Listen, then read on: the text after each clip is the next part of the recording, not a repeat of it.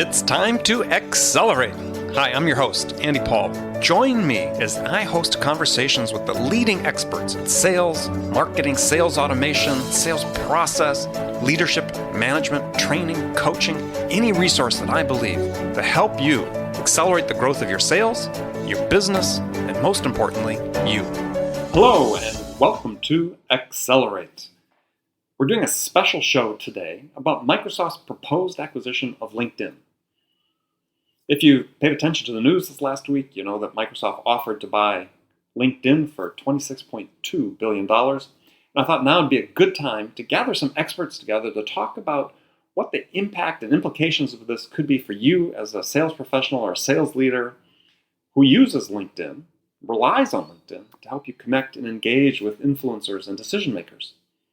So joining me with three people. First up will be Kurt Shaver. Kurt is founder of the Sales Foundry, and a LinkedIn expert whose mission is to help accelerate sales revenue growth by showing sales teams how to use social selling tools and techniques to grow their professional networks and connect with decision makers. Kurt was previously a guest on Accelerate, in episode 94 titled How to Successfully Integrate Social Selling into Your Sales Process. After Kurt, I'll be talking with Miles Austin. Miles is the founder and CEO of FillTheFunnel.com. In addition to being a renowned blogger, speaker, and trainer, Miles is one of the leading authorities on sales tools that can help you grow your sales. Miles has also previously been on Accelerate, twice in fact. Check out episodes number 5 and number 20 for great information about the latest sales tools and technologies you can use in your business. Finally, I'll be talking with Viveka Von Rosen, a leading LinkedIn and social selling expert and author of best-selling classic LinkedIn Marketing An Hour a Day.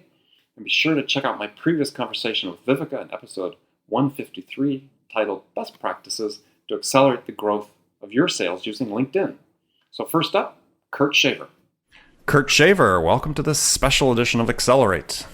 Hey, Andy, how you doing? Hey, I'm doing great. So this must be like nirvana for you. I mean, you're the LinkedIn expert, and here's all this news about LinkedIn, Microsoft buying LinkedIn, so you must be busy.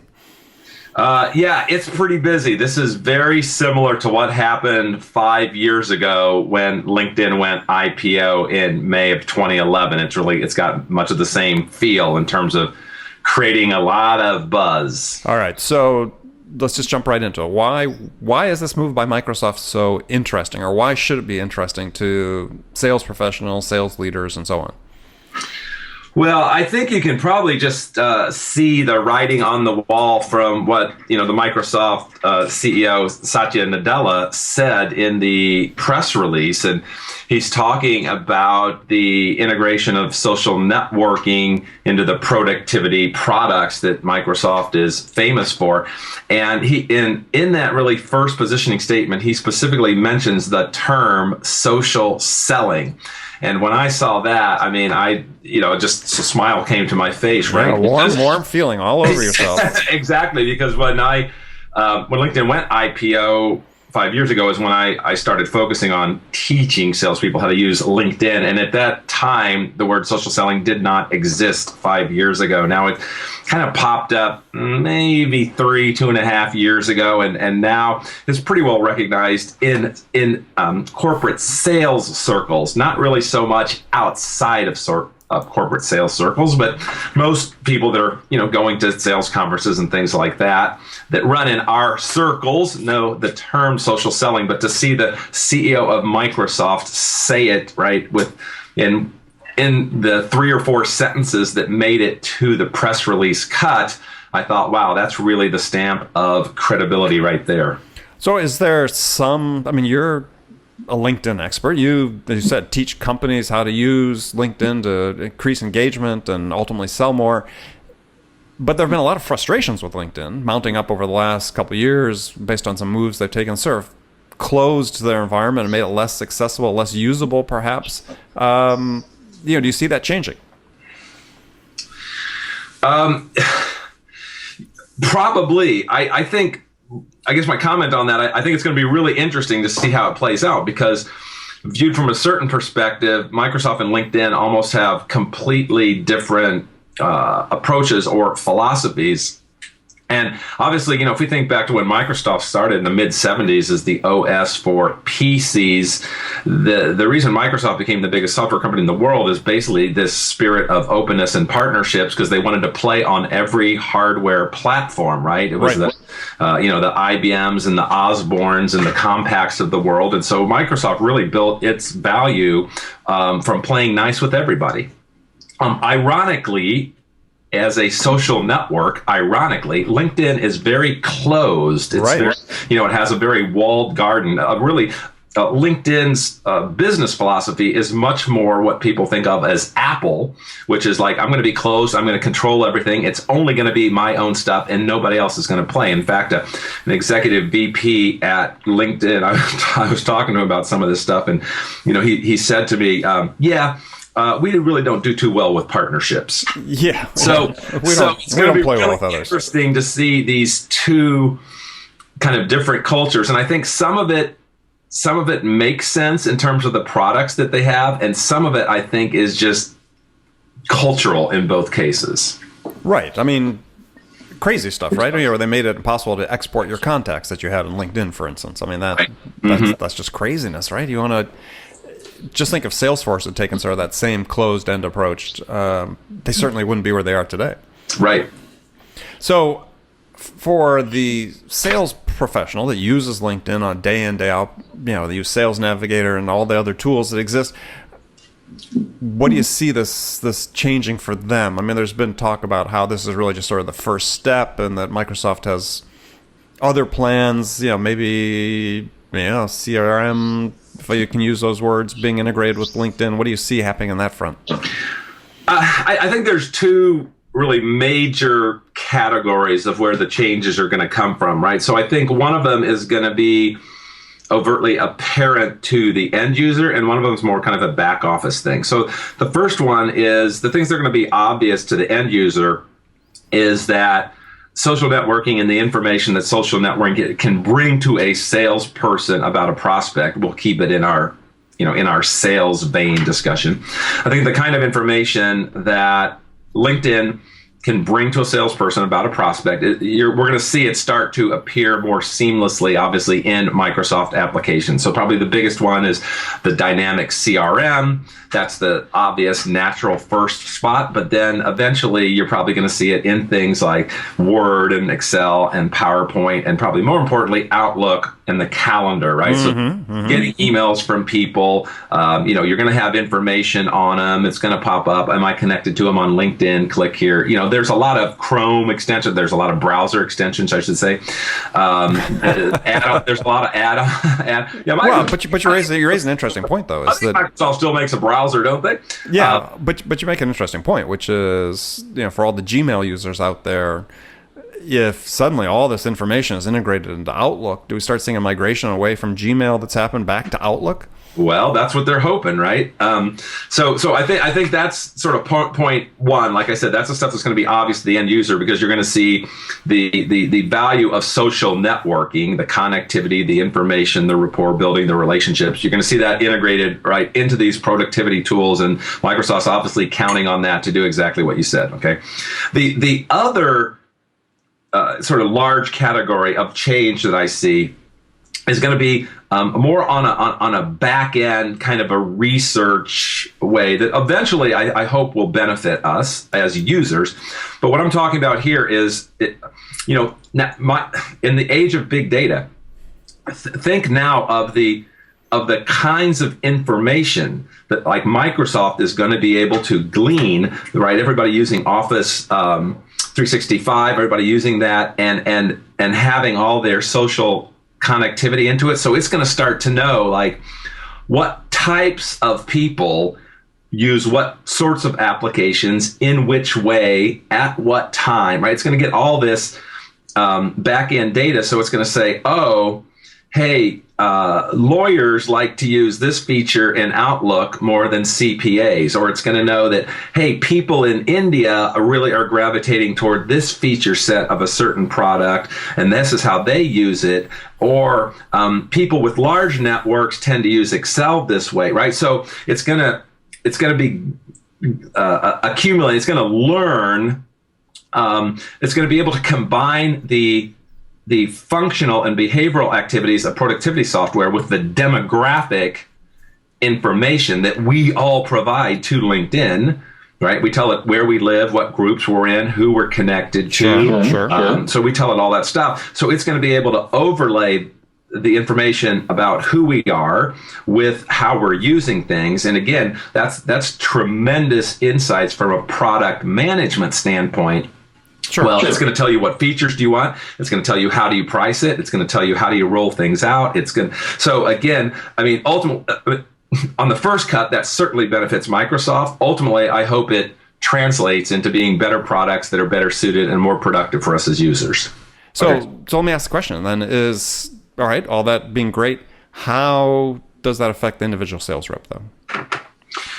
Well, I think for the here and now, you just have to look at this announcement and realize that social networking is here to stay. It's going to be a regular part of business if it isn't already for you.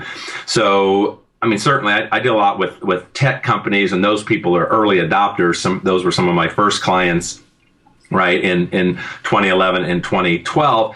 And more traditional industries like insurance, banking, attorneys, CPAs, right? Those, if we think of the Jeffrey Moore crossing the chasm, those industries, by and large, not 100%, but by and large, those industries were more the laggards when it came to technology, things like social networking. So I think that this should just be a bell for everybody that says, hey, I can absolutely see this big wave coming. I guess it's time to start building my LinkedIn network and start understanding how this works and understanding the value of sharing content to drive inbound leads and all those things. Because otherwise, if you sort of wait till it's really, really apparent and everything is woven into the standard business applications, well, that's probably 2 years away, and you've lost 2 years on your competition in terms of building your social network and understanding this. So I think the takeaway for people this week is get going. I think you're absolutely right. I think it's a great point. As if you've been resisting social selling, if you're one of the, if you listen to the late night pundits who are talking about this deal as like, it's all about refusing connection requests, which LinkedIn isn't about, right? So yeah, if you've been hesitant to jump in, the wave is coming. Make sure you embrace it, as Kurt said, and get going. All right, perfect. Well, Kurt, thanks for joining me today. Absolutely, Andy. Yeah, we'll look forward to having you on the show again soon. All right, looks good. Bye Thanks, now. Son. Miles Austin, welcome to this special edition of Accelerate. Thanks, Andy. Glad to be here. Always fun talking with you.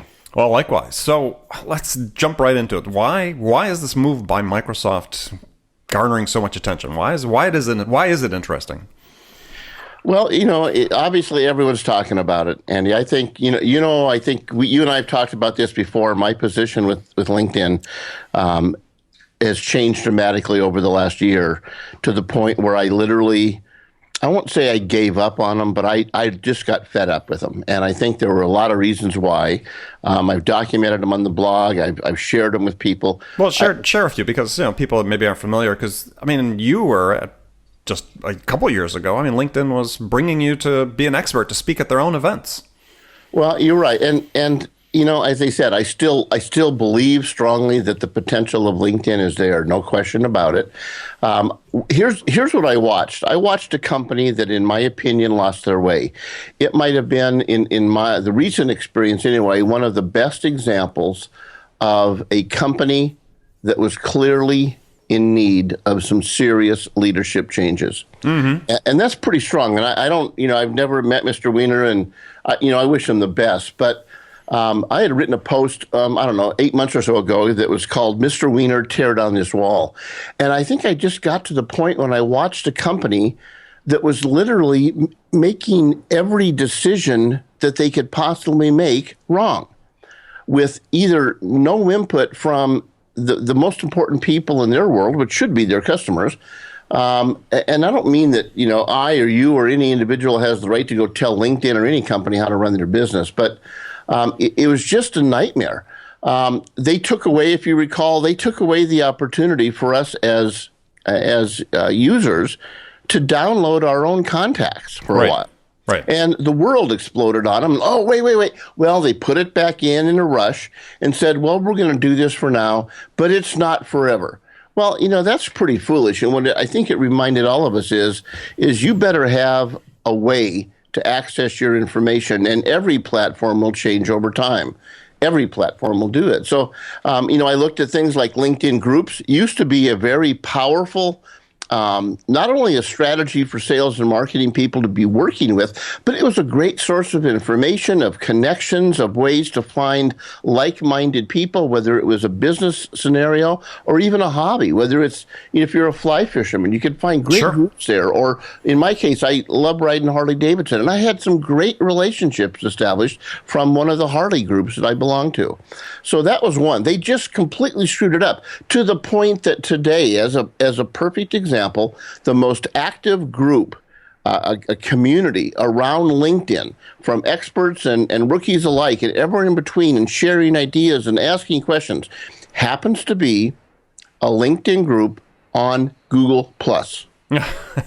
And they had a LinkedIn group on LinkedIn. Well, does that make any sense to anyone? Right. That you have to go to Google+ to talk about LinkedIn and get questions and feedback? No, they literally destroyed it. They upset all of the group owners. They took away all of the ability to administer and manage in a positive way. So just one example, they cut off access to all of the companies that were trying to innovate and build a better overall solution for customers, tying into the LinkedIn database, not the world's database, just the LinkedIn database for Miles Austin, for Andy Paul. Mm-hmm. When they cut off access, there's something called an API, which is like kind of a tunnel. And when they cut that off, and they cut off people and organizations like Nimble and Kite Desk, they said, hey, no more. And literally dozens and dozens of other companies that built connections into LinkedIn to then provide data back to people like you and I on how to use this information. I use a service called Rival IQ. You've interviewed Tia McCann. Right, and great solution. And all it does is kind of give me a status update. What's happening with my account? What's changed? What are the competitors that I watch? What are the important clients that I work with? And just gave me a status update. It cut off their access. It's like, why would you do that? So, well, and you think about it. I mean, where would Salesforce be today if they had this type of closed mentality, right? Yeah. Absolutely. In fact, here's what's really strange. They left it open for a small handful of enterprise companies like Salesforce and, of course, Microsoft Dynamics. So what they said was, we're not going to work with anyone. None of you have access except for our chosen companies. Well, here's another ironic twist. Within a year, Salesforce.com said, we're out of this. We literally, they pulled out and said, this isn't for us. This is just not working. And they were one of the chosen ones, and they got fed up with it. So that was another example. I think.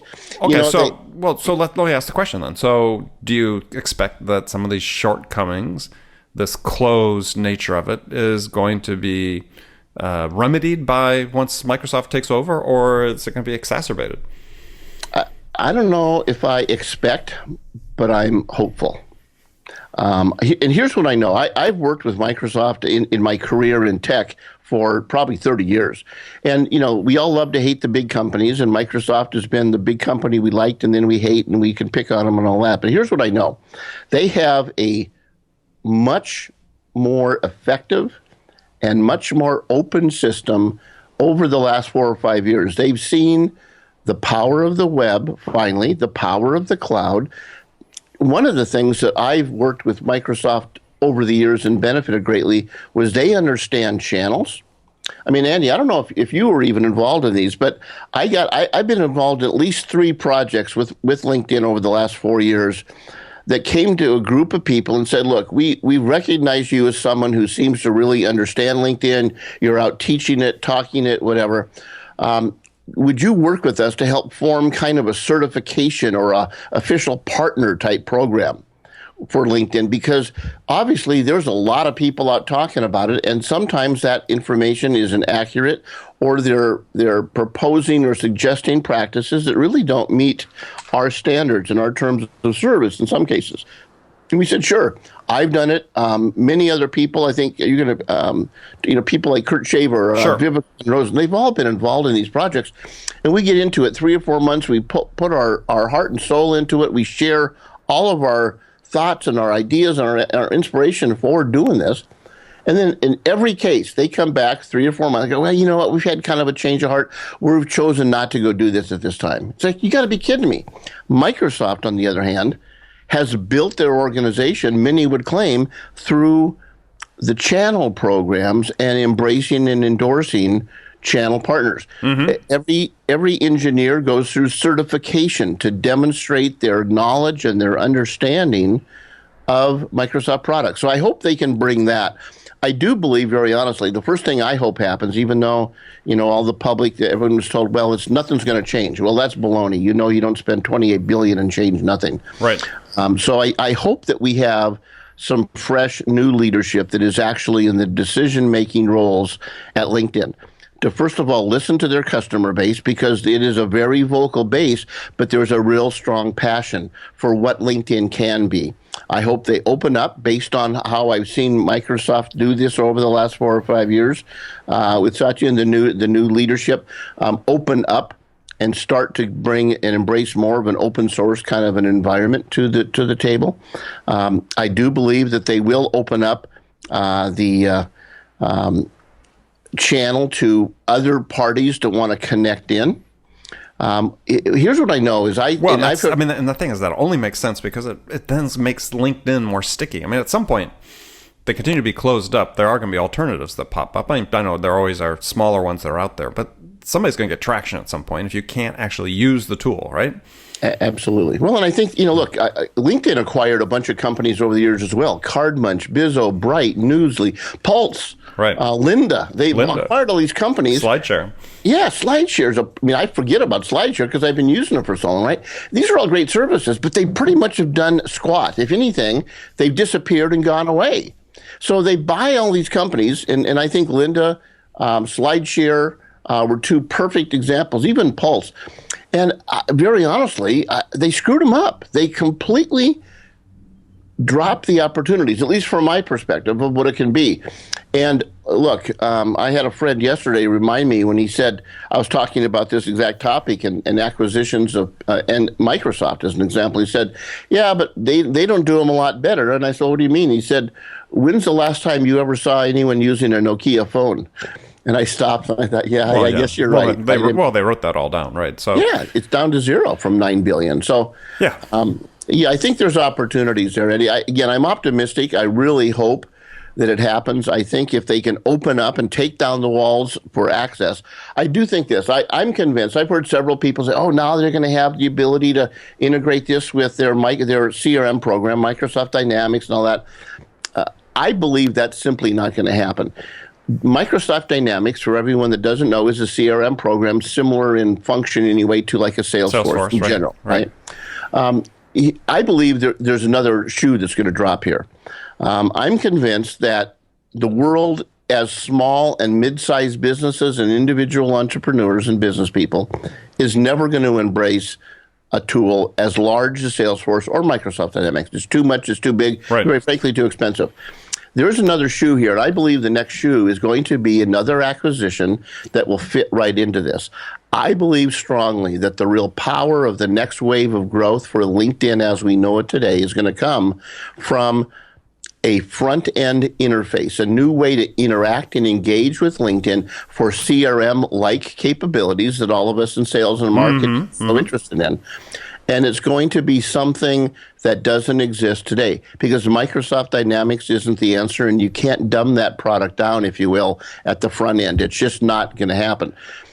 Think about this. One of the companies they shut off was a company called Nimble, which is a very friendly, relatively new, social media-centered environment who gets the way that businesses are transacting their activities today. Why not what would you think about having and it could be Kite Desk, it could be Nimble. There's a lot of other companies. I use Nimble because it's one that I know well and know John well. The ability to say, okay, now let's go acquire for obviously a lot less money, but still, make an acquisition with something like Nimble. Make that the front end to a CRM for everyone. And it's going to be a paid service, obviously. Sure. But put the front end there, completely open up the pipe now, if you will, to all of the data that's available to 400 million members, yeah, right? Right. Yeah, it becomes very powerful at that point. Yeah, and now I've got the entry level. I've got kind of the individual producer, a small business owner, a flower shop, doesn't matter. And now I start to integrate, because guess what else they have? They also have Outlook. They have email. They have Office 365. And you start to look. And by the way, here's one that no one's talked about that I've heard yet. Now you can integrate a front-end CRM that's very user-friendly with all of your LinkedIn data, tied instantly to a very powerful sleeping giant called Skype that we're using today. And it's all integrated in. And now I can be on the phone, on my desktop or my mobile phone, interacting, doing things in a CRM-like mode that are important to those in sales and marketing. But in I LinkedIn, could literally click and make a call from my desktop or my laptop or my phone that's tracked through Skype that can be then captured and recorded if I needed to, but even recording the actual conversation if I felt it was necessary. So again, I think there's great promise here. Okay. And I'm hoping that they'll be able to execute. Well, I mean, that's a great vision to leave the listeners with. Because I think that's heading the same way too. I mean, it just makes so much sense that at some point, LinkedIn becomes sort of CRM, de facto CRM of choice sort of for small and mid-sized businesses, because they're living so much on LinkedIn anyway. Absolutely. And it is there. I mean, it is still the largest database in the world of business professional people. Yeah. Facebook, I'm falling more in love with every day for overall reach and potential, but for that market specifically. And I think, very honestly, think about this. The other thing we didn't even hit on was a rapidly growing and very successful platform, which I think is now going to be a downside of this merger, is Bing.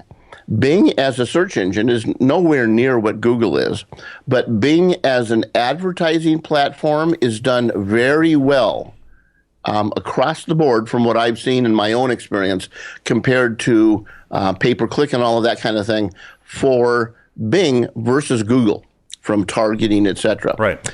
And so what I am concerned about is all of us have been somewhat spoiled because LinkedIn kept bumbling and messing up this interaction with us as users from the advertising side. They just haven't done a very good job. They've done a very poor job, to be very blunt.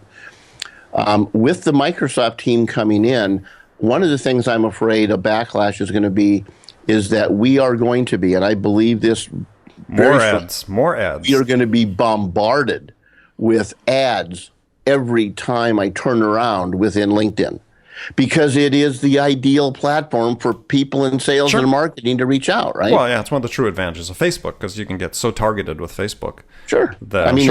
LinkedIn will emulate that, yeah. Yeah. And I think it's one of the reasons that, with all the things going on with LinkedIn, that, their profitability was tied primarily to the recruiting version of their program. Well, that's great, but I think the Microsoft team saw pretty clearly.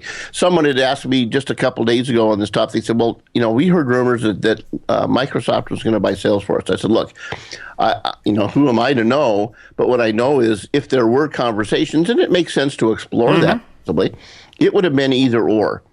They're not going to buy both Salesforce and LinkedIn. That makes no sense, in my opinion, at all. Well, not currently. They asked me. Yeah. 5 years down the road, that may be a different story altogether. Sure. Okay. Right? So I looked at that and said, look, there's no way. I think it was an either-or scenario, and I think in the end run they found a company that probably needed to be acquired more in LinkedIn than they did with Salesforce, and probably more willing because, I think Salesforce probably was a bigger, more frustrating nut to chew on. Well, and I think also LinkedIn sound like from news reports, needed to be saved somewhat from their over-reliance on stock compensation and the fact stock price was depressed. And, this will help rationalize that whole system they have.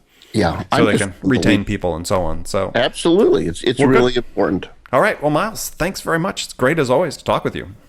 I look forward to hearing the rest of the folks you interview. It's an interesting topic, and the neat part is we can all watch this play live in our living rooms. That's right. We all play a role in how it turns out. Absolutely. Thanks, Ed. All right. Thanks, Miles. Talk to you soon.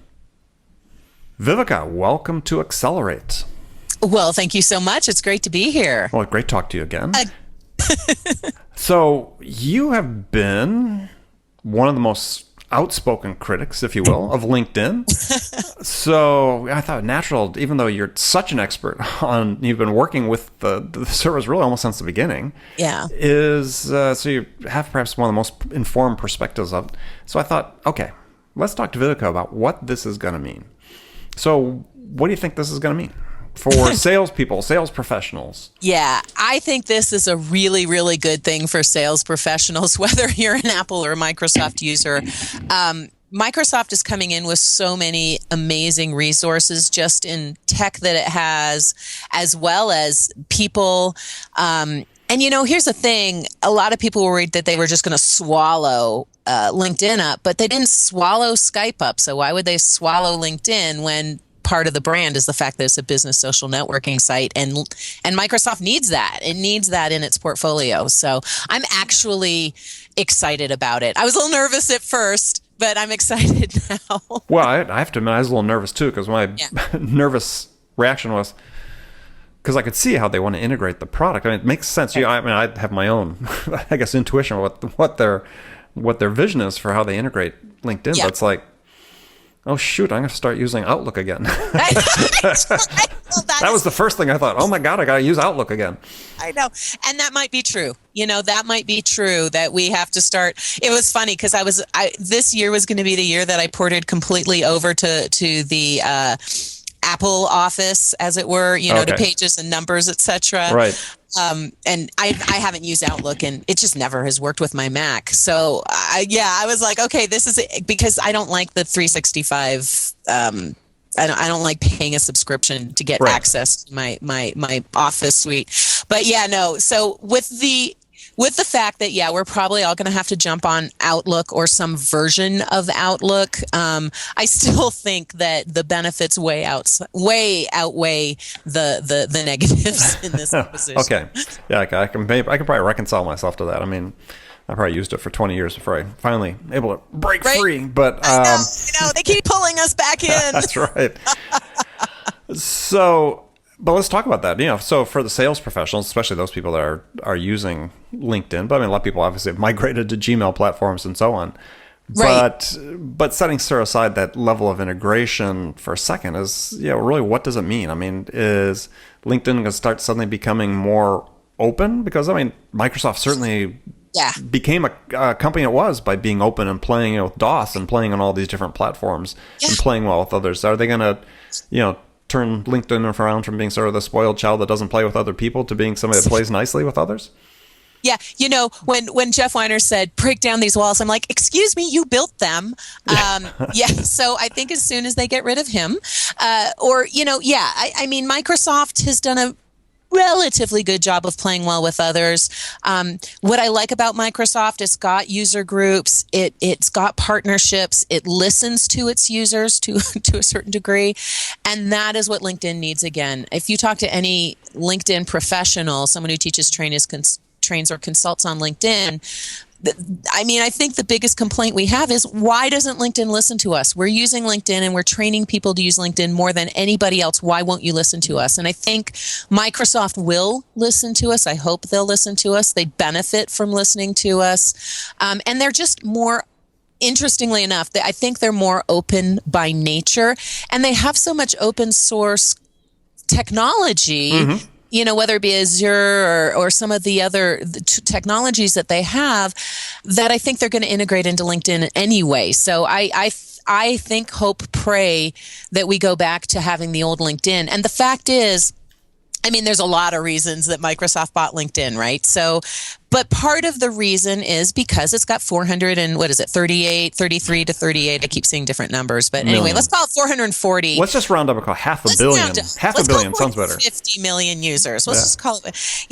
regardless, it's got 400 and a lot of million users. Most of those users are free users, but Microsoft sees value in those free users, whereas LinkedIn's current leadership, I don't think, sees the value of those free users. So I'm hoping that Microsoft sees the value of those free users. It starts to support those free users again. It helps to bring back LinkedIn to when it was actually a useful tool for free users, and I think that will just explode the LinkedIn business, and really help edge Microsoft back up again.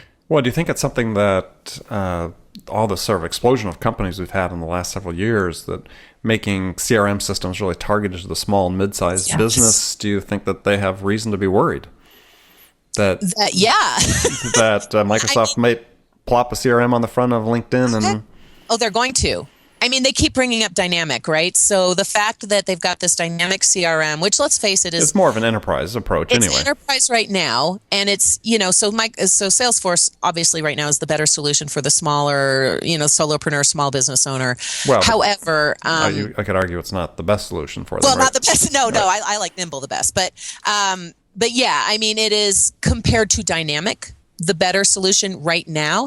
But if they integrate the dynamic CRM, make it more user-friendly, make it more small business friendly, integrate it into what's currently Sales Navigator on LinkedIn, yeah, sure, I don't care.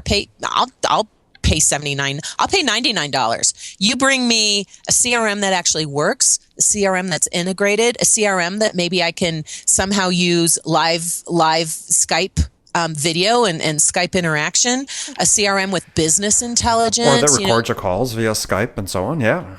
Yeah, a CRM that has the search capability of Bing.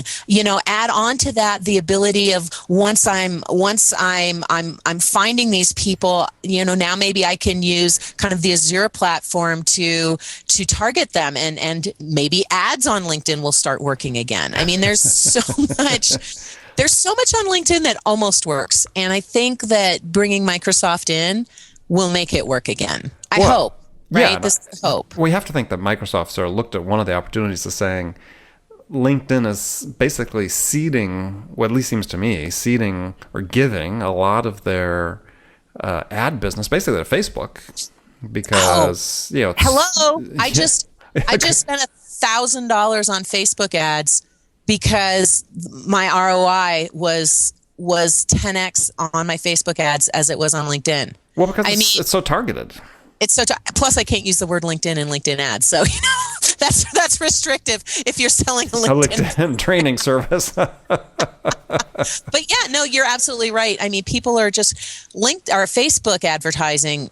It's almost too sophisticated. Like I actually had to hire someone to do it for me, whereas LinkedIn I can do myself. But yeah, it's more targeted. The conversion's better. The cost per click is lower. Not as much. It's not as low as people think it is compared to LinkedIn, but still, yeah, they're bleeding. They're bleeding ad money right now, and they can get that back. Oh yeah, when you have that big of a population, and as you said, you put the search capabilities into it. Yeah, overlaying the ads on top of it seems like a pretty powerful tool, especially if it's relatively cost effective. Exactly, and and then Linda. Now we've got this whole other audience of learners and here's the thing: if you've joined if you've joined Linda, then you are a learner. You're a lifetime learner. You're growing yourself. You're investing in yourself, and isn't that the purchaser persona, the buyer persona that Microsoft wants? Now. Right. It's just not only has it enveloped the 430 million LinkedIn members, the I can't remember how many Linda users there were, 2 or 3 million. But anyway, it's pretty sizable. Yeah, it was a big program. So it's just a win-win-win. And then there's tax benefits and all kinds of other stuff too. But so in short, what we're saying, and what I hear you saying, is that you're pretty optimistic for someone who's had soured on LinkedIn fairly profoundly. That am I that obvious? well, just from previous conversations and following you online and what you write and so on is going from perhaps one of the biggest cheerleaders to being profoundly disaffected with it, is that you're cautiously optimistic, I would say, for what's going to happen. That's exactly right. I'm cautiously optimistic. So I think one of the important things is for small businesses, sales professionals, sales leaders, entrepreneurs, anybody that's sort of been not fully engaged with LinkedIn, hasn't really been using it. Yeah. This really represents a signal to them they need to get on board. They need to start using it, because this I think wave of innovation is going to come through with LinkedIn, and you want to be ahead of the curve, not behind it. That's exactly right. You want to be grandfathered into whatever's being offered right now. And yes, I think the new LinkedIn will have even more offers and be even better, but get what stake your claim right now, right? And as these new offers come in, then great, you've got that opportunity, but stake your claim right now on LinkedIn. Stake your space on LinkedIn, because I think more users, more competition, and just quite frankly, the longer you've been on LinkedIn, the more activity and the more useful it is. So yeah, get on now if you're not on yet. Okay, and a great way to start maybe is to buy a book. Let's see, LinkedIn Marketing an Hour a Day. It's written by somebody named Viveka von Rosen. Okay, so honestly, don't buy that book, because I tell you, by the time I'll have a new book. Okay. Actually, new book's coming out in the next couple months. This would be perfect for new users. It's called 101 Ways to Rock Your Personal Brand on LinkedIn. So keep an eye out for that. That should be out in July-ish. But yeah. All right. Well, I'm glad I brought that up. See, you got an opportunity to plug your new book. Because the old book is going to be really out of date by the time all this activity takes place. Okay, so even though you need to get going, wait 30 days, buy Viveka's new book. That'd be perfect. There we go, exactly. All right. Well, Viveka, thanks for joining me today. My pleasure. And we'll talk to you soon about your new book, as a matter of fact. Perfect. That sounds great. All right. Bye. Bye. Friends, thanks for joining me on this special edition of Accelerate. And remember, make it a part of your day every day to deliberately learn something new to help you accelerate your success. One easy way to do that is to make this podcast Accelerate a part of your daily routine, listening on your commute, in the gym, or as part of your morning sales meeting. That way you won't miss any of my conversations with top business experts like my guests today, Viveka von Rosen, Miles Austin, and Kurt Shaver, who shared their expertise about how to accelerate the growth of your business. So thanks for joining me, and until next time, this is Andy Paul. Good selling, everyone. Thanks for listening to the show. If you like what you heard and want to make sure you don't miss any upcoming episodes, please subscribe to this podcast on iTunes or Stitcher.com. For more information about today's guest, visit my website at andypaul.com.